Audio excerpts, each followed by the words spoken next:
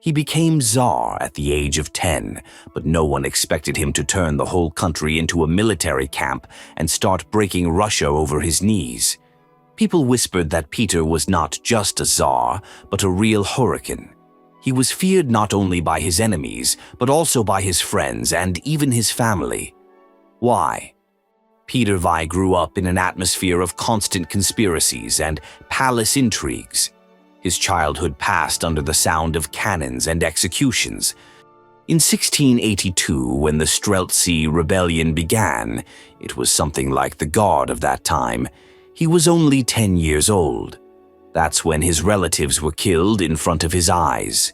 Since then, he realized one thing: you can't trust anyone. As an adult, he didn't just take power into his own hands. He decided to rewrite the rules. He started with the army, ships, beards, even the calendar. But behind it all was the fear of losing control. He didn't trust anyone, so much so that he even had his mother followed. But the real horror began when Peter organized a showdown with the Streltsy. After another rebellion, he ordered the execution of more than 1,000 people. He himself went to the square with an axe and personally chopped off several heads. He did not pretend that he was just a Tsar. He was an executioner, a judge, and an army in one person. Peter did not tolerate weakness, especially in his entourage. Everyone around him knew. One wrong word and you disappear. He could lift a man out of the mud and a day later send him to penal servitude. Peter's support was more dangerous than his anger. The more Peter changed the country, the more he lost trust in the people. His reforms were grandiose, but inside he became increasingly lonely. Fear was his main tool of control. Without it, no one would obey. But it was fear that destroyed his personal life and his family. Alexei, the eldest son of Peter the Great, was not like his father in character or desires, and it was this that was the beginning of the end. While Peter was building a fleet, chopping beards and dragging the country to Europe, Alexei dreamed of a monastery. He did not like military affairs, was not interested in politics, and from childhood had been drawn to the old Russian faith, to simplicity and peace. He was against his father's reforms, though he never said it out loud. He just kept silent and withdrew, and Peter could not stand silence and weakness. When Alexei was a little over 20, he openly told his father, "I don't want to be a Tsar. Let me become a monk." Peter could not forgive such a thing. He saw it not just weakness, but betrayal. Alexei was not just a son, he was an heir. And if he gave up power, it could be a signal to his enemies. The situation had heated up to the limit. Alexei began to plan his escape abroad. He corresponded with influential people from Europe, sought help from foreign courts. He wanted to leave and never return. Alexei wasn't a traitor. He was just a stranger in a family where power meant more than love. He didn't want to fight his father. He just wanted to disappear. But Peter saw that as a threat. It didn't matter that Alexei didn't want the throne. It mattered that he could become a flag for all opponents of reform. And that's what made him enemy number one in his father's eyes. At first glance, it seems to be an ordinary conflict between father and son. One wants reform and power, the other wants silence and freedom. But everything changed dramatically when Peter began to suspect that his son not only disagrees, but is ready to betray him and the whole country. In 1716, when Peter was on a military campaign abroad, he summoned his son to himself. But Alexei did not go. He understood. After all the refusals, talk about the monastery and disrespect for his father's reforms, the meeting could end very badly. And then he decided on a desperate step, a secret escape abroad. Alexei left Russia under the guise of an ordinary journey. He was not alone. He was accompanied by his mistress, future wife, Efrosinya Fedorova, who also played an important role in his plans. Together they crossed the border and reached the Holy Roman Empire, specifically Vienna. Alexei found himself in Vienna not by chance. It was a carefully planned attempt to permanently escape from his father's power and find protection in Europe. There he found a reception at Emperor Charles VI, the head of the Austrian court. Alexei did not just ask for asylum. He hoped to receive political protection and possibly military support if the situation with his father escalated. He complained that Peter did not love him, that he was threatening his life, and that he wanted to stay abroad forever. Interestingly, in his correspondence with the emperor, Alexei promised to renounce his claim to the Russian throne. But even with this condition, his appearance in Europe caused alarm. After all, the son of the incumbent Tsar, protected by a foreign power, in itself looked like a possible leader of a future conspiracy. Peter took this as a stab in the back. He feared that if Alexei returned with European support, a rebellion would break out. And Peter had enough enemies inside the country, among the old nobility, clergy, streltsy. They only needed an excuse, and Alexei could become a symbol of resistance. The Tsar reacted quickly and harshly. He ordered to interrogate everyone who had contact with Alexei, servants, officials, scribes, even former teachers. Some could not withstand the torture and died. Others were executed so that no one would want to hide the truth. Testimonies varied. Some said that Alexei dreamed of returning and overthrowing his father. Others, that he was simply afraid and wanted to disappear. But Peter wasn't looking for the truth. He was looking for control, and control to him is fear and power. He could not believe that his sons simply wanted to leave. He saw it as treason, because he would not have done it himself. Peter was furious. He demanded his son's return.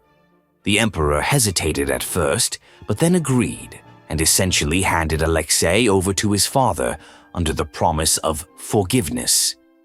This promise, as it soon turned out, meant nothing. Alexei had been lured out through deception. Peter did not threaten directly. Instead, the Tsar decided to act cunningly. He sent his trusted man, Count Tolstoy, to his son. He brought a letter from Peter in which the Tsar wrote, "If you repent and return voluntarily, I will forgive you. I promise no one will touch you. You will stay alive." Alexei believed. He dreamed of peace. He was tired of hiding. He already had a pregnant Efrosinia, and he hoped that his father really went for reconciliation. He knew Peter was cruel, but he was still his son. To believe that his own father would deceive so cold-bloodedly, he lacked experience and toughness. Alexei and Euphrosyne returned to Russia under guard. He thought he was going to his father to talk to him.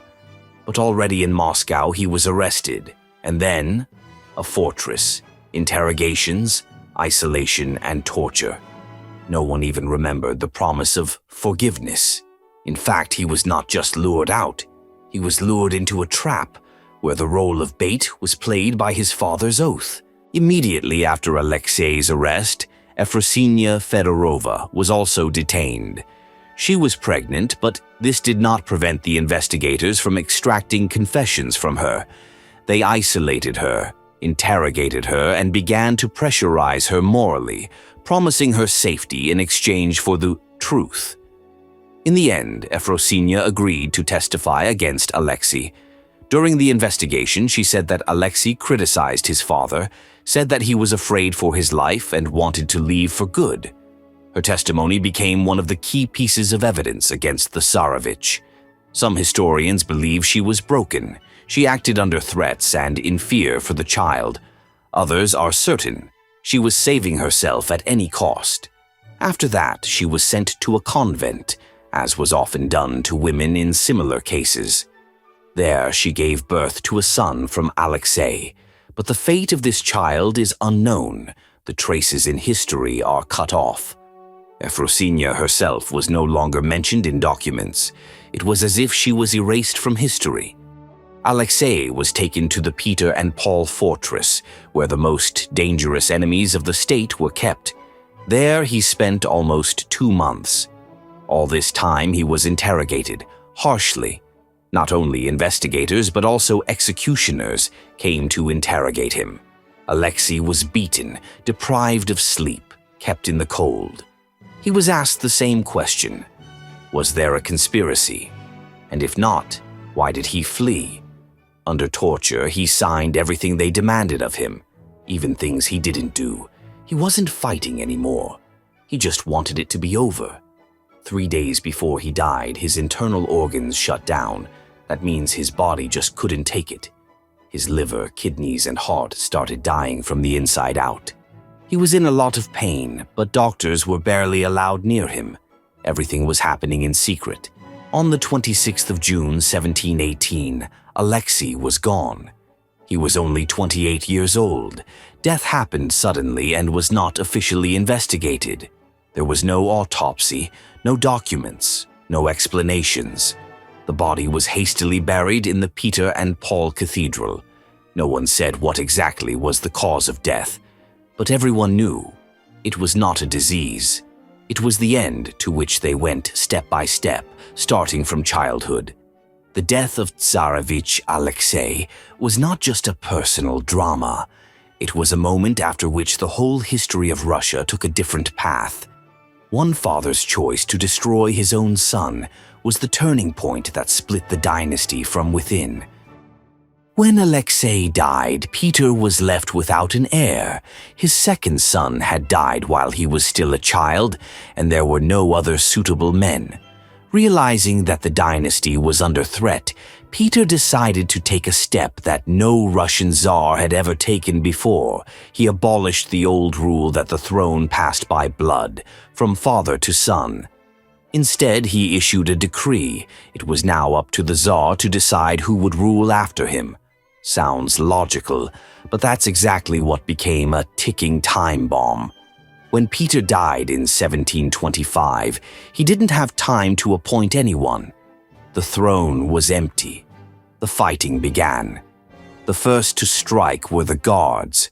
The military, who used to simply guard the Tsar, took power into their own hands. They literally decided who would be the next ruler, on bayonets, not by right. In a short time, several emperors and empresses were replaced, and many were killed, poisoned, or deposed. It was called the era of palace coups. It all started with one decision: to remove the heir. One fear, one betrayal, and a system that had held for centuries collapsed. Only 37 years after the death of Peter I on the throne was Catherine II, a German, who had not a drop of Romanovs in the blood. The story of Peter and Alexei is not just a tragedy of father and son. It is a story of how fear, cruelty, and the desire to control everything can destroy even an empire. One conflict in the family turned into a chain of events that changed the course of Russian history forever. What do you think about it? Write in the comments.